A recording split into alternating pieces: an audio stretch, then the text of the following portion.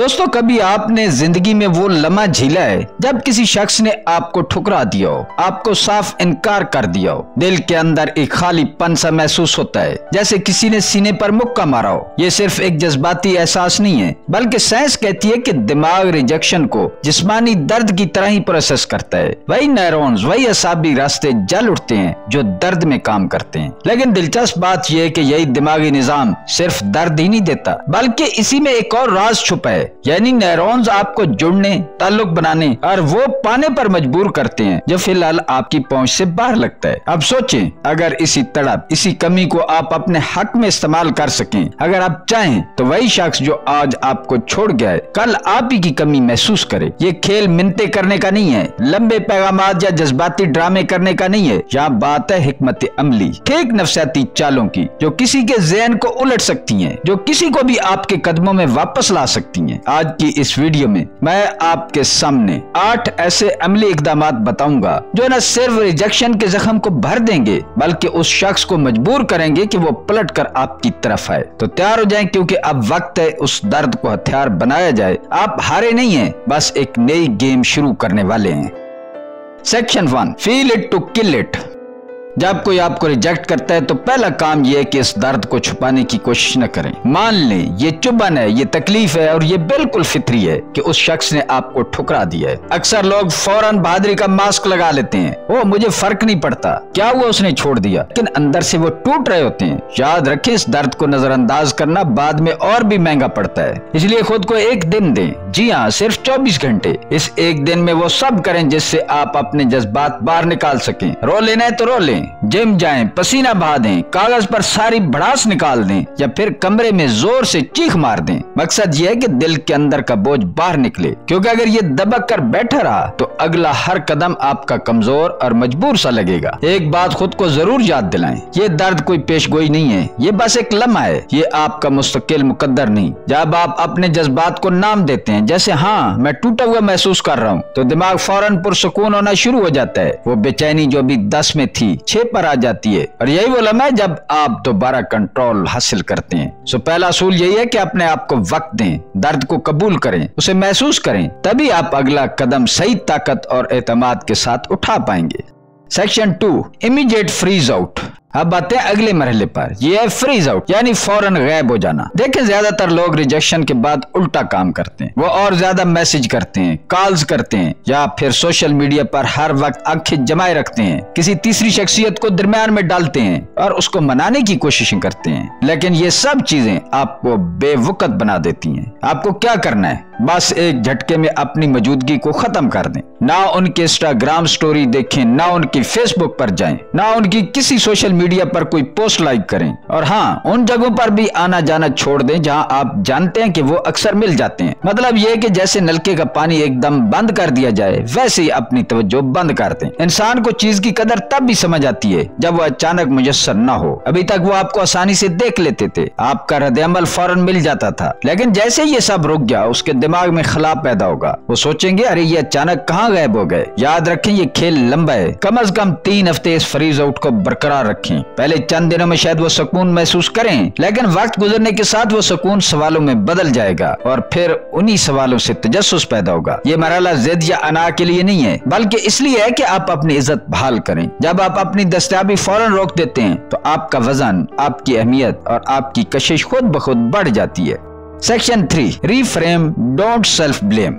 Rejection के बाद खुद के साथ सबसे बड़ा जुल्म ये है कि इंसान खुद को ही बुरा समझना शुरू कर देता है। दिल कहता है कि शायद मैं काफी अच्छा नहीं था, शायद मुझ में कोई कमी थी, और ये सोच इंसान को अंदर से तोड़ देती है। लेकिन हकीकत यह है कि रिजेक्शन आपकी कीमत का फैसला नहीं करता, ये सिर्फ एक मैच न होने की अलामत है। इसे ऐसे समझे कि 2 पहेली के टुकड़े अगर आपस में नहीं जुड़ते, तो इसका मतलब ये नहीं है कि कोई टुकड़ा खराब है, बल्कि सिर्फ ये कि वो एक दूसरे के लिए नहीं बने। बस अब यहाँ एक आसान सी मशक कर ले, कागज लें, 2 कॉलम बना बनाएं। एक में लिखें कि वो शख्स जिंदगी में क्या चाहता था, उसकी तरजीहात क्या थी, और दूसरे में लिखें कि आप क्या चाहते थे, आपकी कदरें क्या है। जब आप ईमानदारी से ये लिस्ट मुकम्मल करेंगे तो ज्यादातर जगहों पर फर्क साफ नजर आएगा। हो सकता है वो अभी सेटल होने के मूड में ना हो और आप संजीदा ताल्लुक चाहते हो, या फिर आपकी मोहब्बत जताने का तरीका मुख्तलिफ हो और वो किसी और ज़बान मोहब्बत को तरजीह देता हो। ये फर्क बताएगा कि मसला आपकी कमी नहीं बल्कि सिर्फ मेल ना खाने का है। जब ये बात दिल में बैठ जाए तो खुद पर इल्जाम लगाना रुक जाता है। आप ये समझ जाते हैं कि आपको ठीक करने की जरूरत नहीं, आप पहले ही मुकम्मल हैं। बस वो कहानी जिसमें आपको किरदार दिया गया था वो आपके लिए नहीं थी। ये रिफ्रेम करना जरूरी है, क्योंकि जब आप अपनी कदर पहचान लेते हैं तो आगे बढ़ने का एतमाद खुद ब खुद जन्म लेता है। Section 4, micro wins taking. अब जब दिल संभल गया और ज़हन साफ हो गया तो अगला मरहला है अपनी जिंदगी को आगे बढ़ाना। लेकिन यहाँ बड़ी जीतों की नहीं बल्कि छोटी छोटी कामयाबियों की बात हो रही है। जी हाँ, वही छोटे माइक्रो विंस जो ऐसा आपके अंदर नई जान डाल देते हैं। मिसाल के तौर पर आपने कभी सोचो कि मैं दौड़ में अपना रिकॉर्ड बेहतर करूंगा, या कोई ऑनलाइन कोर्स मुकम्मल करूंगा जो 6 महीनों से रुका हुआ है या कुछ अरसे से रुका हुआ है। शायद कोई छोटा सा प्रोजेक्ट शुरू करें, जैसे बालकनी में खूबसूरत पौधों का कोना बनाना या पुराने क्लास फाइलों को एक पार्टी देना। ये छोटी छोटी कामयाबियां सिर्फ आपको ही नहीं बदलती बल्कि दूसरों को भी दिखाती हैं कि आप रुके नहीं बल्कि बढ़ रहे हैं। अब यहाँ एक बारीक सा नुक्ता है, अपनी कामयाबियों को शोर न मचाएं, बस हल्का सा जिक्र करें। एक तस्वीर, एक छोटी सी पोस्ट या दोस्तों की महफिल में एक बात। ज्यादा दिखावा करने से असर उल्टा होता है, लेकिन जब लोग खुद देखते हैं कि आप कुछ कर रहे हैं, कुछ हासिल कर रहे हैं, तो वो बात खुद ही आगे बढ़ती है। ये छोटी कामयाबियां आपके एतमाद को अंदर से मजबूत करती हैं। ये बताती हैं कि आप अपनी जिंदगी में मुसलसल इजाफा कर रहे हैं, अपनी कदर बढ़ा रहे हैं। और याद रखें, इंसान सबसे ज्यादा उन्हीं की तरफ खिंचता है जो बढ़ रहे हो, जो जिंदा दिल हो, जो जिंदगी में आगे बढ़ने की हिम्मत रखते हो। सो छोटे छोटे विंस इकट्ठे करें और देखें किस तरह आहिस्ता आहिस्ता आपकी कशिश दोबारा बढ़ने लगती है। Section 5, curated mystery.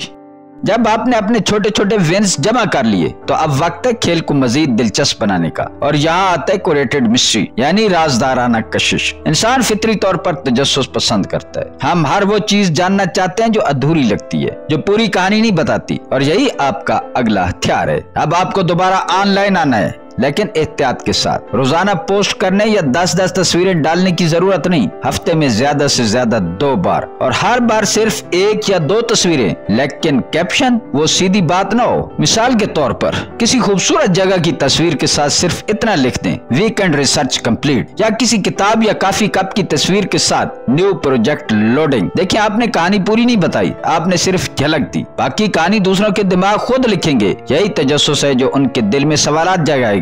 ये क्या कर रहा है, कहाँ गया था, किसके साथ था। यही वो लम्हात हैं जहाँ आपकी कशिश कई गुना बढ़ जाती है, क्योंकि लोग हमेशा उसी के पीछे भागते हैं जो आसानी से हाथ ना आए, जो पूरी तरह सामने न खुल जाए। याद रखें, ये झूठ या ड्रामा नहीं है, ये सिर्फ अपनी जिंदगी को एक दिलचस्प अंदाज में दिखाने का तरीका है, ताकि दूसरों को लगे कि आपकी दुनिया में कुछ ऐसा है जो वो जानना चाहते हैं। Section 6, social proof without noise. अब बारी आती है सबसे ताकतवर हथियार की, और वो है सोशल प्रूफ, यानी दुनिया को ये दिखाना है कि आपकी वैल्यू सिर्फ आपकी नजर में नहीं, दूसरों की नजर में भी है। लेकिन याद रखें, ये सब शोर मचाए बगैर करना है। सोचे, जब कोई देखता है कि आपके इर्द गिर्द लोग खुश हैं, आपकी कंपनी एंजॉय कर रहे हैं, या आपके मौजूदगी में सबका रवैया बदल जाता है, तो उसके दिमाग में फौरन एक मैसेज जाता है, ये शख्स खास है। यही वो असर है जो आपकी किसी के दिल में जगह बनाता है। अब सवाल यह है कि ये दिखाना कैसे है। जब भी आप दोस्तों के साथ हों, एक नॉर्मल तस्वीर या स्टोरी लगाएं, ज्यादा बोल्ड कैप्शन ना दें, सिर्फ इतना काफी है, गुड वाइब्स ओनली या अनदर सॉलिड नाइट। आपने कहानी नहीं सुनाई, सिर्फ इशारा दिया, बाकी लोगों का दिमाग खुद कहानी बनाएगा। सबसे अहम बात, कभी भी फेक ना लगे। जेली लाइफस्टाइल या ओवर एक्टिंग फौरन पहचान ली जाती है और उसका उल्टा असर होता है। सोशल प्रूफ हमेशा असल जिंदगी से आना चाहिए, चाहे छोटे लम्हात ही क्यों ना हो। जब दूसरों को लगे कि आपके इर्द गिर्द हमेशा कुछ पॉजिटिव हो रहा है, तो वो खुद ब खुद आपकी तरफ मुतवज्जो होंगे, क्योंकि इंसान हमेशा उसी का हिस्सा बनना चाहता है जिसकी महफिल रोशन हो, जिसकी मौजूदगी खुशबू फैलाए। याद रखें, मकसद शोर मचाना नहीं बल्कि खामोश पैगाम देना है, मैं वैल्यूएबल हूँ और मेरी जगह खाली नहीं रहती। Section 7, strategic absence. जिंदगी में कभी कभी सबसे ताकतवर मौजूदगी गैर मौजूदगी होती है, और यही है स्ट्रेटेजिक एब्सेंस, यानी जानबूझकर कुछ वक्त के लिए खुद को ओझल कर लेना। सोचे जब आप बार बार नजर आते हैं तो लोग आदी हो जाते हैं, आपकी वैल्यू कम होने लगती है क्योंकि आप आसानी से दस्तयाब हैं। लेकिन जब अचानक आपकी मौजूदगी रुक जाती है तो दिमाग में सवालात उभरने लगते हैं, कहाँ गया, क्या कर रहे, किसके साथ होगा। यही सवालात एक खलिश बन जाते हैं। ये गैर मौजूदगी हमेशा अचानक और मुकम्मल होनी चाहिए। मिसाल के तौर पर एक हफ्ता आप ऑनलाइन एक्टिव हैं, पोस्ट आ रही हैं, सब कुछ चल रहा है, फिर अचानक मुकम्मल खामोशी, कोई स्टेटस नहीं, कोई अपडेट नहीं, कोई सिग्नल नहीं। शुरू में लोग नजरअंदाज करेंगे, लेकिन जैसे जैसे वक्त गुजरेगा वो सोचना शुरू करेंगे और आप यही चाहते हैं। लेकिन याद रखें ये खेल तवाजुन का है। ज्यादा लंबी गैर मौजूदगी दिलचस्पी खत्म भी कर सकती है। इसलिए ये वक्फा सिर्फ इतना हो कि तजस्सुस जिंदा रहे। आमतौर पर 5 से 7 दिन बेहतरीन वक्त है। जब आप वापस आए तो सीधे सीधे नहीं, बल्कि ऐसे लगे जैसे आपकी जिंदगी में कुछ खास हुआ है। एक आम तस्वीर या एक आम लाइन काफी है, लेकिन उसके पीछे छुपा पैगाम होगा, मैं अपनी दुनिया में मसरूफ था और ये दुनिया दिलचस्प है। यही खामोश गैर मौजूदगी दूसरों के दिल में जगह बनाती है, क्योंकि इंसान हमेशा उसी चीज को चाहता है जो उसके हाथ से निकलती हुई महसूस हो। Section 8, emotional contrast. इंसानी दिमाग हमेशा तजाद को ज्यादा शिद्दत से महसूस करता है। यही असूल ताल्लुकात में भी लागू होता है। अगर आप हर वक्त एक जैसे रहें तो लोग आपको मामूली समझने लगते हैं, लेकिन जब आप अपनी शख्सियत में जज्बाती तजाद लाते हैं तो आपके अंदर कोशिश कई गुना बढ़ जाती है। मिसाल के तौर पर एक दिन आप बहुत खुश मिजाज, हल्के फुल्के और दोस्ताना हो, अगली मुलाकात में थोड़े संजीदा, पुरसकून और गहरे अंदाज में बात करें। ये तब्दीली दूसरे शख्स को सोचने पर मजबूर कर देगी, ये असल में है कौन, ये कभी इतना खुश क्यों होता है और कभी इतना पुरसकून क्यों। यही सवालात उनके दिल में तजस्सुस और दिलचस्पी को जिंदा रखते हैं। याद रखें ये तजाद ड्रामा या झूठ नहीं होना चाहिए, ये आपकी शख्सियत को कुदरती जैतों का तवाज़ुन है। हर इंसान में रोशनी भी है और गहराई भी, बस आपने इन दोनों पहलुओं को अलग अलग मौके पर सामने लाना है। आपकी बातचीत में भी ये फर्क झलकना चाहिए, कभी मजाहिया जुमला, कभी एक गहरा और सोचने पर मजबूर कर देने वाला सवाल, कभी नरम लहजा, कभी खामोशी का वकार। ये जज्बाती तजाद आपको पेशगोई से बाहर ले आता है और यही गैर मुतवक्को होना आपको यादगार बनाता है। जब लोग आपको मुकम्मल तौर पर समझ न सकें तो वो आपके बारे में ज्यादा सोचने पर मजबूर होते हैं, और यही इमोशनल कंट्रास्ट का जादू है। दूसरों के ज़हन में अपनी जगह बनाना बगैर ये ज़ाहिर किए कि आप ये सब जानबूझकर कर रहे हैं। दोस्तों, आज हमने वो तमाम राज खोले हैं जो डार्क साइकोलॉजी को सिर्फ एक खेल नहीं बल्कि एक आर्ट बना देते हैं। ये 8 तरीके दरअसल वो छुपे हुए हथियार हैं जो इंसान के दिलो दिमाग पर गहरा असर डालते हैं। आपने देखा, बात सिर्फ किसी को अपनी तरफ मुतवज्जा करने की नहीं है। असल राज ये है कि आप उनके लाशऊर को छेड़ें, उनके दिमाग को सवालात में उलझाएं और उनके दिल को अपनी तरफ मुतवज्जा रखें, चाहे आप वहाँ मौजूद हों या ना हो। ये सब ट्रिक्स एक साथ मिलकर आपको वो कशिश दे देते हैं जिसे इग्नोर करना मुमकिन ही नहीं। कभी आप खामोशी से असर डालें, कभी अपनी गैर मौजूदगी को ताकत बनाएं, कभी छोटे छोटे जीतने वाले लम्हे दिखाएं और कभी जज्बाती तजाद पैदा करें। ये सब मिलकर एक ऐसा नक्शा बनाते हैं जहाँ दूसरा शख्स आपके बारे में सोचना ही नहीं छोड़ सकता। याद रखें, ताकत के साथ जिम्मेदारी भी आती है। ये तकनीकें किसी को नुकसान पहुंचाने या तोड़ने के लिए नहीं है। इनका मकसद सिर्फ ये है कि आप अपनी वैल्यू बढ़ाएं, अपनी मौजूदगी को यादगार बनाएं और ऐसे ताल्लुकात कायम करें जो आपको कमजोर न करें बल्कि मजबूत करें। आखिर में याद रखें, वही जीतता है जो खामोशी से दूसरों के दिलों पर हुकूमत करे, और ये 8 असूल आपके हाथों में वही ताज रखते हैं। अगर ये राज आपको कीमती लगे तो अभी चैनल को सब्सक्राइब करें, वीडियो को लाइक करें और अपनी राय कमेंट्स में जरूर लिखें। याद रखें, आपकी एक शेयर किसी और की जिंदगी बदल सकती है। अगली वीडियो में हम आपके लिए मजीद छुपे हुए नफसियाती हथियार लेकर आएंगे। तब तक के लिए होशियार रहें, बाखबर रहें और दिलों पर हुकूमत करना सीखें। मिलते हैं किसी अगली वीडियो में। अल्लाह ताला आपका हामी और नासिर हो।